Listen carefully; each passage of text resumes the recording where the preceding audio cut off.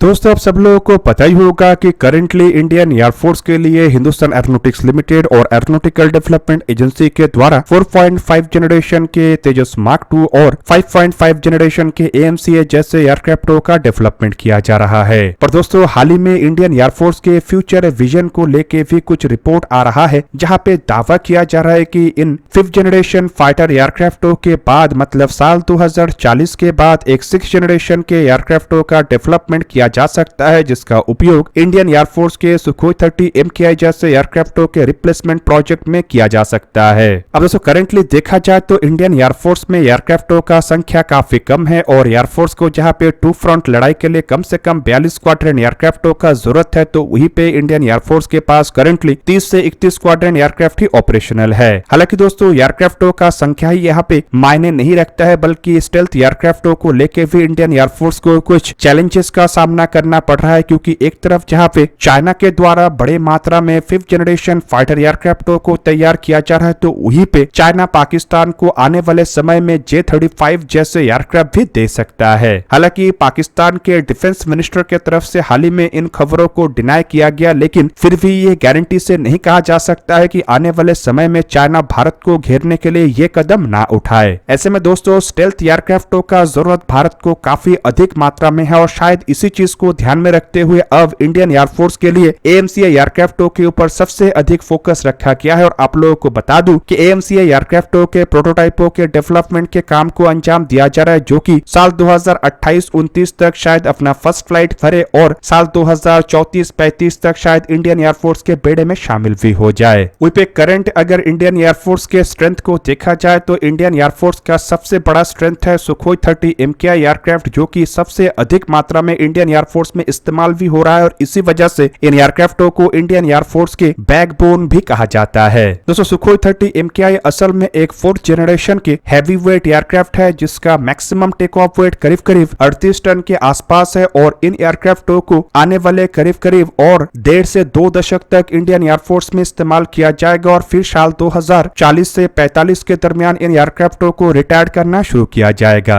ऐसे में दोस्तों इस तरीके के हैवी वेट एयरक्राफ्टों के रिप्लेसमेंट के लिए इंडियन एयरफोर्स को एक हैवी वेट एयरक्राफ्ट मतलब करीब करीब 30 से 35 टन वजन के एयरक्राफ्टों का रिक्वायरमेंट है। और अगर साल 2040 के बाद इन एयरक्राफ्टों को रिटायर करना है तो नो डाउट इंडियन एयरफोर्स को नेक्स्ट जनरेशन के एयरक्राफ्टों का जरूरत पड़ेगा और शायद इसी जरूरत को पूरा करने के लिए साल 2040 के बाद इंडियन एयरफोर्स के लिए एक ऐसे एयरक्राफ्ट को तैयार किया जाए जो कि 30 से 35 टन का भी हो और टेक्नोलॉजी के मामले में AMCA जैसे एयरक्राफ्टों के टेक्नोलॉजी को भी पीछे छोड़ दे, मतलब एक नेक्स्ट जनरेशन या फिर कहे तो 6th जनरेशन के कटिंग एज टेक्नोलॉजी वाला एयरक्राफ्ट जो कि एयर डोमिनेंस को बरकरार रखने में मदद करेगा। और ऐसे एयरक्राफ्टों में अनमैन टेक्नोलॉजी के साथ साथ AI ड्रिवन टेक्नोलॉजी और इवन हाइपरसोनिक वॉरफेयर का भी टेक्नोलॉजी होगा। अब दोस्तों करंटली इंडियन एयरफोर्स के बेड़े को देखा जाए तो यहाँ पे करीब करीब 260 से भी अधिक सुखोई 30 MKI एयरक्राफ्ट ऑपरेशनल है और ये एक 4.5 जनरेशन के मल्टी रोल एयरक्राफ्ट है। हालांकि इन एयरक्राफ्टों को मॉडिफाई करके या फिर कहे तो अपग्रेड करके और अधिक ताकतवर बनाने को लेकर तैयारी किया जा रहा है, लेकिन बावजूद इसके इन एयरक्राफ्टों को 5th जनरेशन के कैटेगरी का नहीं लाया जा सकता।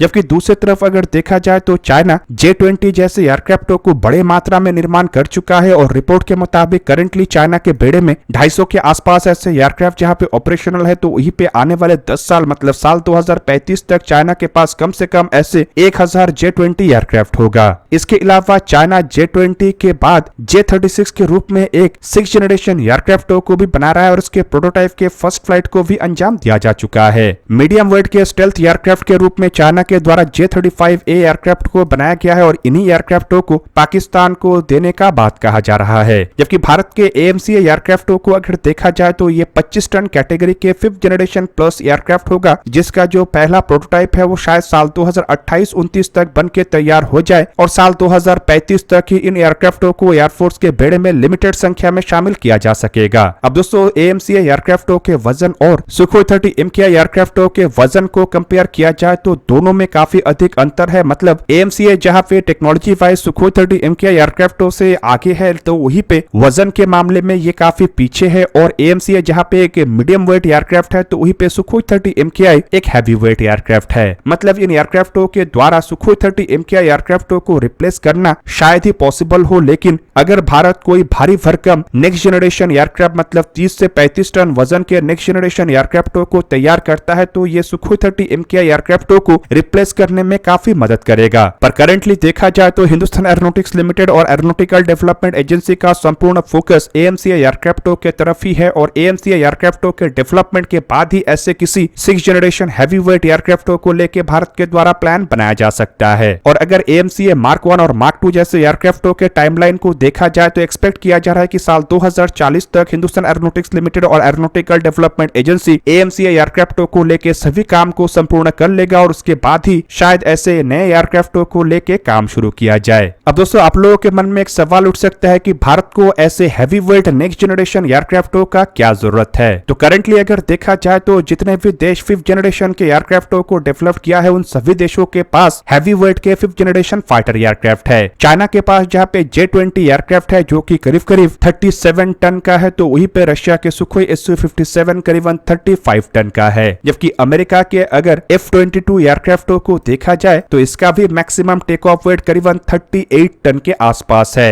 जबकि F-35 जैसे सिंगल इंजन एयरक्राफ्टों का भी वजन कम नहीं है और ये भी करीब 30 tonne maximum take off weight का है। तो ऐसे में भारत के AMCI एयरक्राफ्ट अन्य देशों के 5th जनरेशन एयरक्राफ्टों के साथ टेक्नोलॉजी वाइज तो बराबरी कर सकता है, लेकिन वजन के कैटेगरी में भारत के इन एयरक्राफ्टों को मीडियम वेट के एयरक्राफ्ट ही माना जाएगा। जबकि दोस्तों अगर सुखोई 30 MKI एयरक्राफ्ट को देखा जाए तो ये भारी वजन के होने के वजह से कई तरीके के ऐसे मिशनों को अंजाम दे सकता है जो कि मीडियम वेट या हल्के वजन के एयरक्राफ्टों के लिए अंजाम देना पॉसिबल नहीं है। खास करके भारत के पास कोई बॉम्बर एयरक्राफ्ट ना होने के वजह से सुखोई 30 MKI एयरक्राफ्टों को भारी भरकम हथियारों को कैरी करने के लिए इस्तेमाल किया जाता है। पर अगर सुखोई 30 MKI एयरक्राफ्टों को इंडियन एयरफोर्स रिटायर कर देता है तो ऐसे में एक बहुत बड़ा वैक्यूम पैदा होगा, खास करके हैवी वेट एयरक्राफ्टों को लेके और हैवी पेलोड के हथियारों को कैरी करने को लेके। ऐसे में ये नया जनरेशन के हैवी वेट एयरक्राफ्ट इन जरूरतों को पूरा कर पाएगा। अब दोस्तों ऐसे एयरक्राफ्टों के द्वारा भारत कई तरीके के मिशन या फिर कहे तो कई तरीके के कैपेबिलिटीज को हासिल कर पाएगा, जिनमें सबसे पहला तो है long range strike capability. Basically दोस्तों ऐसे एयरक्राफ्ट 1500 किलोमीटर के कॉम्बैट रेडियस में काम कर सकेगा, मतलब एनिमी टेरिटरी के काफी डीप अंदर तक बिना रिफ्यूलिंग के घुस के भी भारी भरकम मिशनों को अंजाम देने का क्षमता इन एयरक्राफ्टों के पास होगा। एयरक्राफ्टों के पास एयर सुपीरियरिटी को मेंटेन करने का भी क्षमता होगा और इसमें एडवांस सेंसर्स के साथ साथ संभावित 6th जनरेशन टेक्नोलॉजी के रूप में डायरेक्ट एनर्जी वेपन का भी उपयोग किया जाएगा और एयरक्राफ्ट स्टेल्थ फाइटर और ड्रोन के खिलाफ भी एक पर्याप्त हथियार के रूप में इस्तेमाल होगा। इवन इसका उपयोग लाइन ऑफ एक्चुअल कंट्रोल और लाइन ऑफ कंट्रोल जैसे क्षेत्र में भी किया जा सकेगा। और दोस्तों इन एयरक्राफ्टों को एक फोर्स मल्टीप्लायर के रूप में भी देखा जाएगा, क्योंकि एयरक्राफ्ट बड़े और भारी भरकम होने के वजह से दुश्मन के कई सारे हथियारों को एक साथ चुनौती दे सकेगा। और ऊपर से इन एयरक्राफ्टों में 6th जनरेशन के टेक्नोलॉजी होने का मतलब है कि ये फ्यूचर अनमैन्ड कॉम्बैट एयरक्राफ्ट या फिर कहे तो CATS वॉरियर जैसे लॉयल विंगमैन को भी कैरी कर सकेगा, जो कि दुश्मन के एयर डिफेंस थ्रेट से एयरक्राफ्टों को दूर रख के ही मिशनों को अंजाम देने में मदद कर पाएगा। अब रहा दोस्तों डेवलपमेंट को लेके चैलेंज, तो आप लोगों को बता दूं कि ऐसे एयरक्राफ्टों को डेवलप करने के लिए भारत के सामने कई सारे चैलेंज है, जिनमें सबसे पहला चैलेंज तो है एयरक्राफ्टों में इस्तेमाल होने वाला इंजन। अब दोस्तों 30 से 35 टन वजन के एयरक्राफ्टों को अगर डेवलप करना है तो भारत के पास कम से कम 150 से 180 किलोन्यूटन तक थ्रस्ट प्रोड्यूस कर सकने वाले इंजन होना चाहिए, तभी जाके ट्विन इंजन कॉन्फ़िगरेशन में ऐसे एयरक्राफ्टों को तैयार किया जा सकेगा। और करंटली देखा जाए तो भारत के पास कोई जेट इंजन है ही नहीं, हाई थ्रस्ट इंजन का तो सवाल ही नहीं बनता है। पर भारत के द्वारा इंजनों को लेकर भी काम किया जा रहा है और AMCI एयरक्राफ्टों के लिए 110 से 120 किलोन्यूटन थ्रस्ट वाले इंजनों को जहां पे तैयार किया जा रहा है, तो वहीं पे इन टेक्नोलॉजीज को भविष्य में इस्तेमाल करके शायद और भी अधिक कैपेबल इंजनों को तैयार किया जा सके। और अगर ऐसा होता है तो हैवी वेट के 6th जनरेशन एयरक्राफ्टों को डेवलप करना शायद भारत के लिए उतना बड़ा चैलेंज ना हो।